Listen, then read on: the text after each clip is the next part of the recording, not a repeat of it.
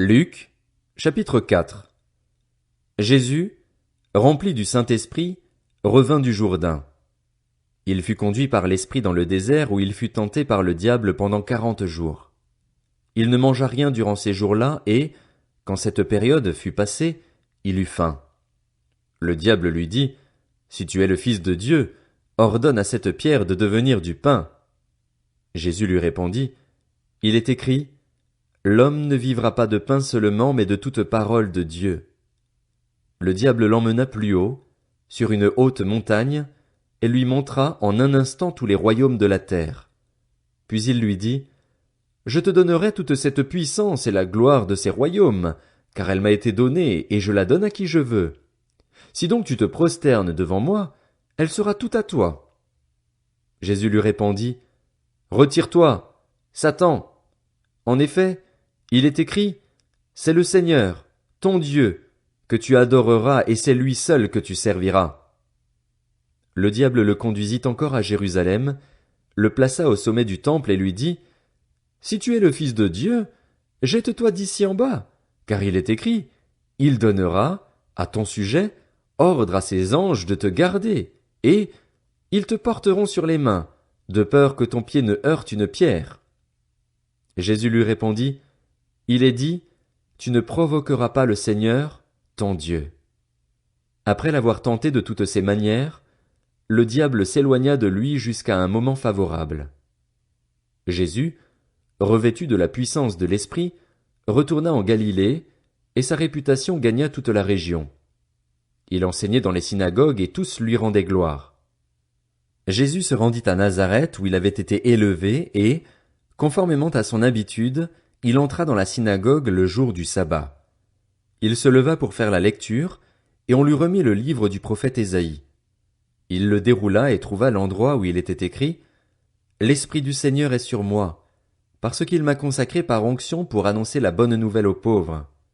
Il m'a envoyé pour guérir ceux qui ont le cœur brisé, pour proclamer aux prisonniers la délivrance et aux aveugles le recouvrement de la vue, pour renvoyer libres les opprimés, pour proclamer une année de grâce du Seigneur. » Ensuite, il roula le livre, le remit au serviteur et s'assit. Tous ceux qui se trouvaient dans la synagogue avaient les regards fixés sur lui. Alors il commença à leur dire, « Aujourd'hui cette parole de l'Écriture, que vous venez d'entendre, est accomplie. » Tous lui rendaient témoignage. Ils étaient étonnés des paroles de grâce qui sortaient de sa bouche et ils disaient, « N'est-ce pas le fils de Joseph ?»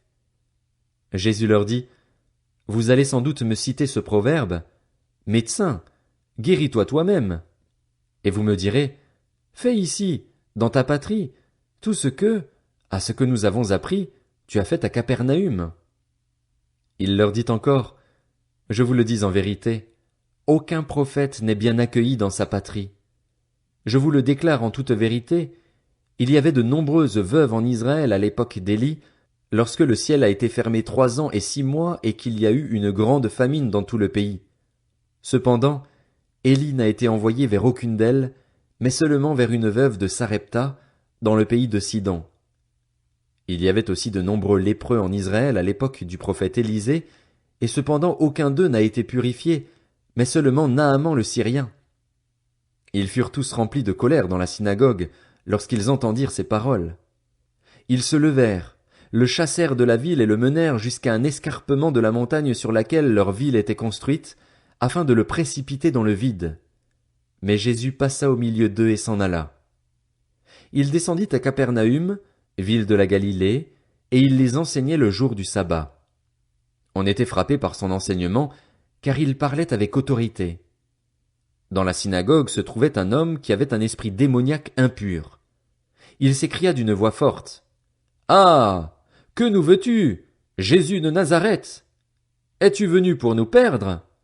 Je sais qui tu es, le Saint de Dieu. » Jésus le menaça en disant, « Tais-toi et sors de cet homme. » Le démon jeta l'homme au milieu de l'assemblée et sortit de lui sans lui faire aucun mal. Tous furent saisis de frayeur, et ils se disaient les uns aux autres, « Quelle est cette parole? Il commande avec autorité et puissance aux esprits impurs, et ils sortent. » Et sa réputation gagna toute la région.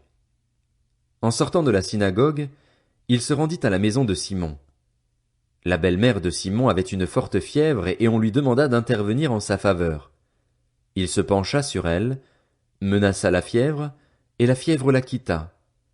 Elle se leva immédiatement et se mit à les servir. Au coucher du soleil, tous ceux qui avaient des malades atteints de diverses maladies les lui amenèrent. Il guérit chacun d'eux en posant les mains sur lui. Des démons aussi sortirent de beaucoup de personnes en criant et en disant « Tu es le Messie, le Fils de Dieu !» Mais il les reprenait sévèrement et ne leur permettait pas de parler, parce qu'ils savaient qu'il était le Messie. Quand il fit jour, il sortit et se retira dans un endroit désert. Une foule de gens se mirent à sa recherche et arrivèrent jusqu'à lui. Ils voulaient le retenir afin qu'il ne les quitte pas, mais il leur dit « Il faut aussi que j'annonce aux autres villes la bonne nouvelle du royaume de Dieu, car c'est pour cela que j'ai été envoyé. » Et il prêchait dans les synagogues de la Galilée. Luc, chapitre 5. Un jour, Jésus se trouvait au bord du lac de Génézareth et la foule se pressait autour de lui pour entendre la parole de Dieu. Il vit au bord du lac 2 barques. Les pêcheurs en étaient descendus pour laver leurs filets.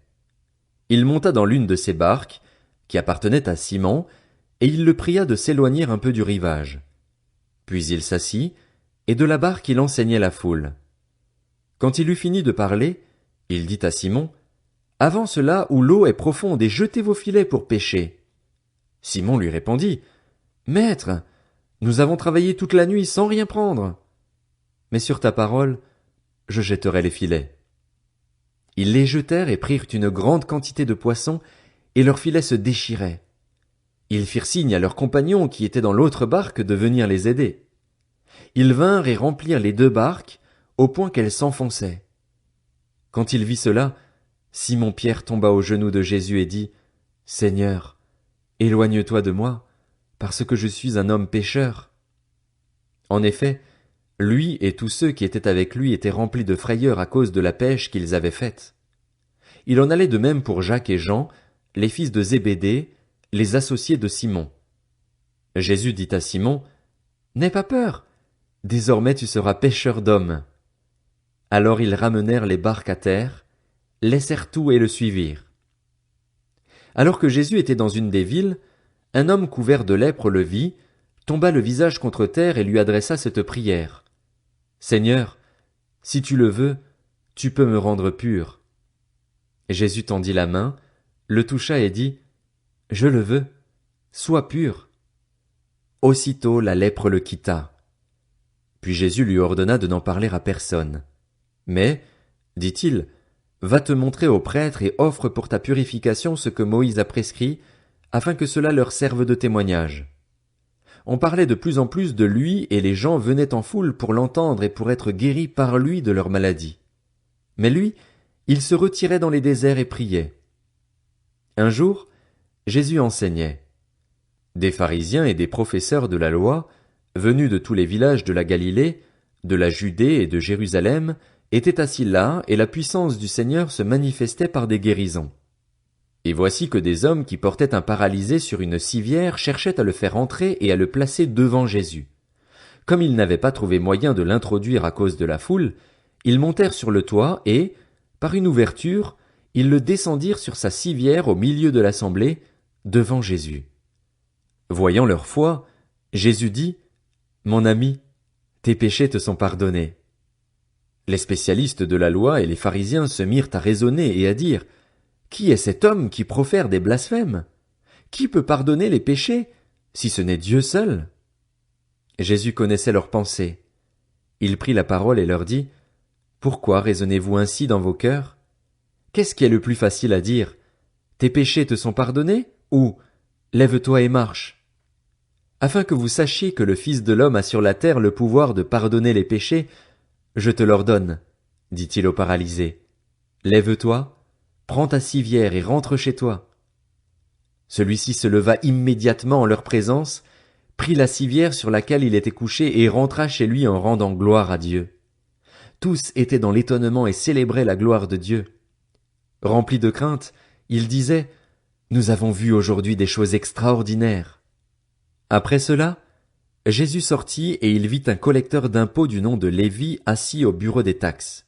Il lui dit, « Suis-moi. » Et laissant tout, il se leva et le suivit.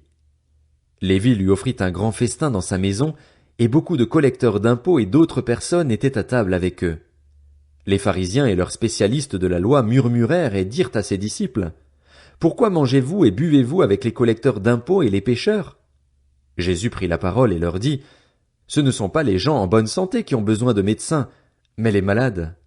Je ne suis pas venu appeler des justes, mais des pécheurs, à changer d'attitude. » Ils lui dirent, « Pourquoi les disciples de Jean, tout comme ceux des pharisiens, jeûnent-ils fréquemment et font-ils des prières, tandis que les tiens mangent et boivent ?» Jésus leur répondit, « Pouvez-vous faire jeûner les invités à la noce pendant que le marié est avec eux?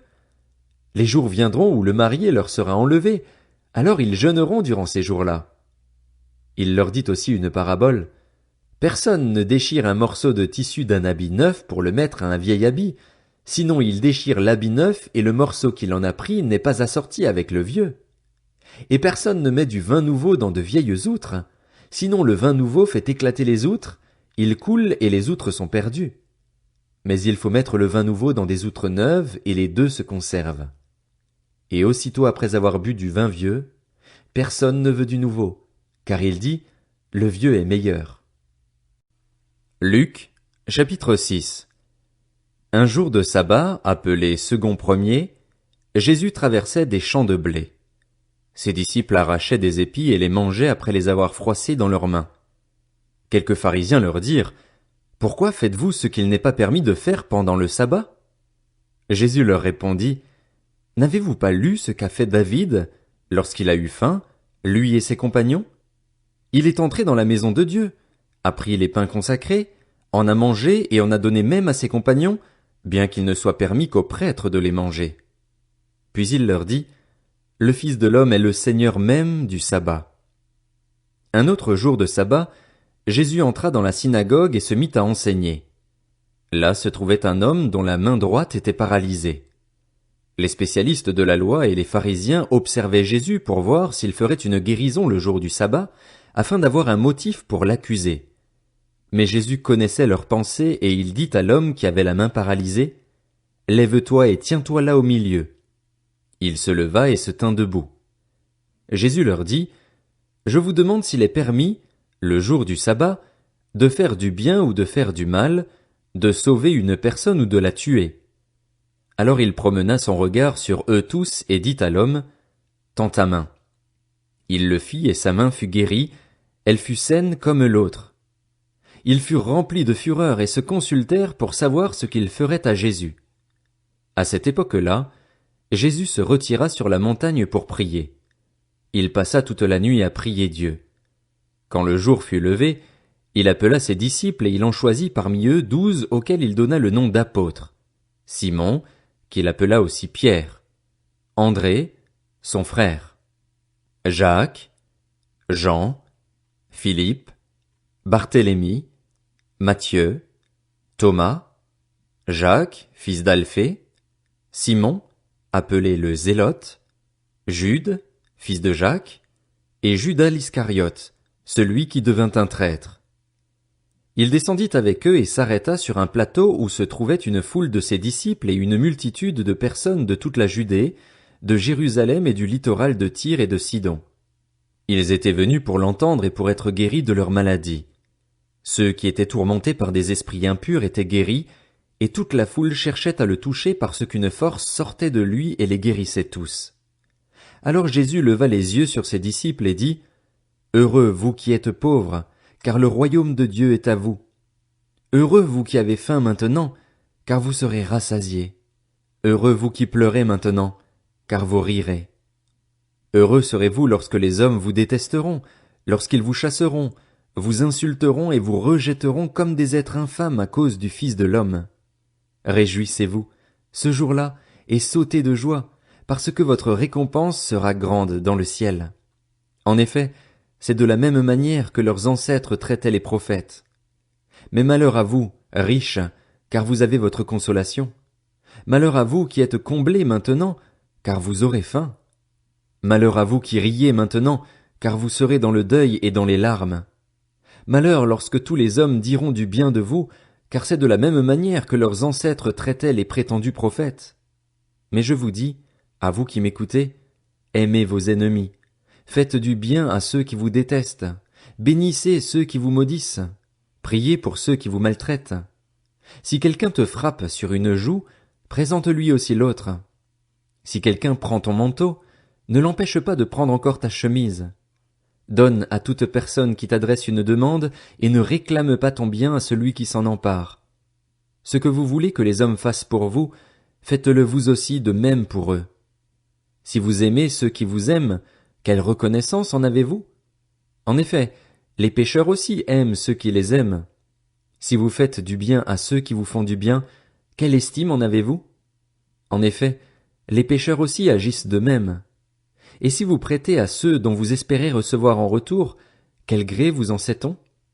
En effet, les pécheurs aussi prêtent aux pécheurs afin de recevoir l'équivalent. Mais aimez vos ennemis, faites du bien et prêtez sans rien espérer en retour.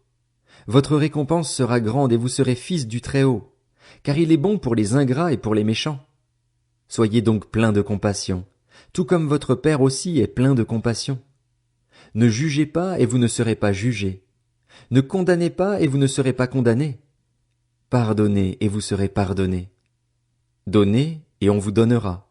On versera dans le pan de votre vêtement une bonne mesure, tassée, secouée et qui déborde, car on utilisera pour vous la même mesure que celle dont vous vous serez servis. Il leur dit aussi cette parabole. Un aveugle peut-il conduire un aveugle? Ne tomberont-ils pas tous deux dans un fossé? Le disciple n'est pas supérieur à son maître, mais tout disciple bien formé sera comme son maître. Pourquoi vois-tu la paille qui est dans l'œil de ton frère et ne remarques-tu pas la poutre qui est dans ton propre œil? Ou comment peux-tu dire à ton frère, Frère, laisse-moi enlever la paille qui est dans ton œil, toi qui ne vois pas la poutre qui est dans le tien?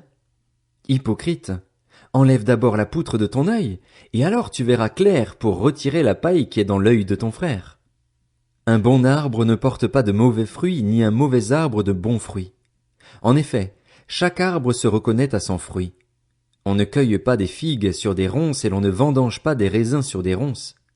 L'homme bon tire de bonnes choses du bon trésor de son cœur, et celui qui est mauvais tire de mauvaises choses du mauvais trésor de son cœur. En effet, sa bouche exprime ce dont son cœur est plein. Pourquoi m'appelez-vous Seigneur, Seigneur, et ne faites-vous pas ce que je dis? Je vais vous montrer à qui ressemble tout homme qui vient à moi, entend mes paroles et les met en pratique. Il ressemble à un homme qui, pour construire une maison, a creusé profondément et a posé les fondations sur le rocher. Une inondation est venue.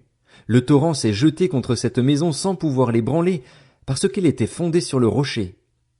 Mais celui qui entend et ne met pas en pratique est semblable à un homme qui a construit une maison sur la terre, sans fondation. Le torrent s'est jeté contre elle et aussitôt elle s'est écroulée. La ruine de cette maison a été grande.